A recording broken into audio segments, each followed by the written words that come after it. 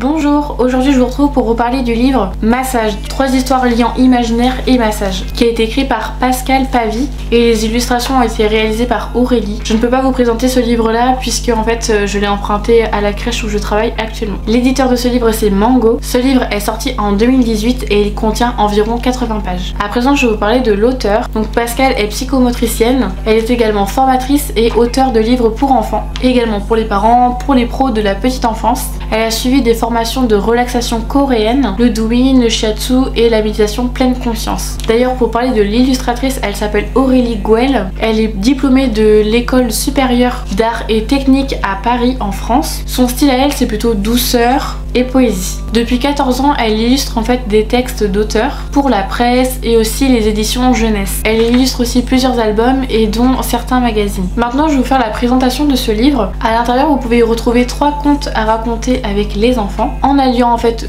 des massages ou non. Ça va vraiment se passer selon l'envie de l'enfant. Le premier conte s'appelle Petite tête d'ange, qui va être plutôt un massage taxé au niveau de la tête. Le deuxième conte s'appelle Cybèle la coccinelle et qui est un massage plutôt situé sur le ventre. Le troisième conte c'est plutôt sur la famille pingouin qui se situe plutôt sur le dos. À l'intérieur du coup l'auteur nous explique comment pratiquer les massages et les bienfaits aussi de ce que peuvent apporter les massages chez l'enfant, donc de la détente, du bien-être, de l'amour, de la compassion, de la sérénité, bref plein de choses positives et faut surtout bien respecter que un massage ça se fait avec l'accord de l'enfant bien sûr. On va pas faire un massage alors qu'un enfant n'a pas envie parce que dans tous les cas même s'il n'a pas envie ça pourra pas avoir d'effet bénéfique sur lui et son corps. Admettons pour les enfants qui n'ont pas envie de se faire masser, ils peuvent pratiquer l'automassage, donc ça veut dire se masser soi-même. Ils peuvent le faire sur leur tête ou soit dans le dos, enfin c'est un peu plus compliqué mais sur le ventre ça, et ça ils peuvent le faire aussi s'ils sont plus grands ou s'ils sont plus petits aussi. Il faut tout simplement en fait leur montrer comment il faut faire. Mon avis par rapport à ce livre, et bien comme je vous ai dit je l'ai emprunté du coup à la crèche et du coup j'étais vraiment très ravie de l'avoir découvert parce que les illustrations me plaisent beaucoup, j'aime beaucoup. Je connaissais pas le principe de 3 contes à l'intérieur en les lisant avec les enfants et en même temps en pratiquant des massages. Moi les massages c'est quelque chose que j'apprécie beaucoup faire avec les enfants, que je pratique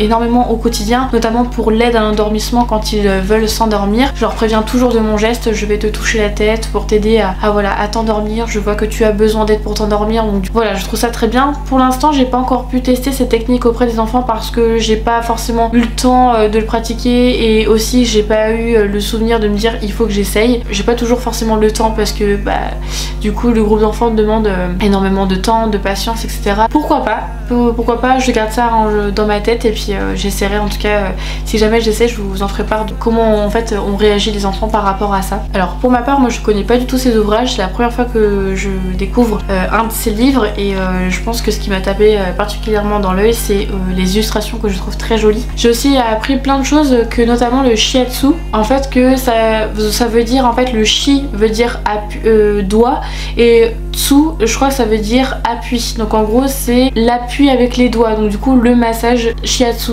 Et d'ailleurs je l'ai déjà pratiqué le massage shiatsu pour moi-même pour me libérer un petit peu de toute cette négativité, pour me remettre à zéro, pour me remettre un peu plus confiante, du coup un peu plus libérée d'un poids, etc. Ça m'a fait vraiment du bien. J'avais fait une séance de 1h30 et franchement j'avais beaucoup apprécié. La personne était très gentille, très avenante et très disponible en tout cas pour pouvoir réaliser. On voit qu'elle pratiquait cela avec passion et c'était vraiment bien. Moi j'ai beaucoup apprécié. Donc je me dis en tant qu'adulte, quand on ressent ça, je me dis ça peut toujours être bénéfique pour les enfants, pour les canaliser, pour les poser tout simplement, parce que c'est vrai qu'il y a des enfants parfois qui sont très énergiques, ils ont tellement d'énergie à pouvoir déposer que parfois se remettre dans un petit espace de calme, de sérénité ça peut les aider vraiment à faire redescendre cette énergie pour pouvoir la canaliser dans autre chose de plus doux, de plus calme. Si ce livre vous intéresse, il est au prix de 13,50 €. Merci beaucoup d'avoir regardé mes vidéos, n'hésitez pas à m'écrire dans les commentaires ce que vous pensez de ce livre et si vous avez d'autres livres à me recommander et je vous dis à bientôt.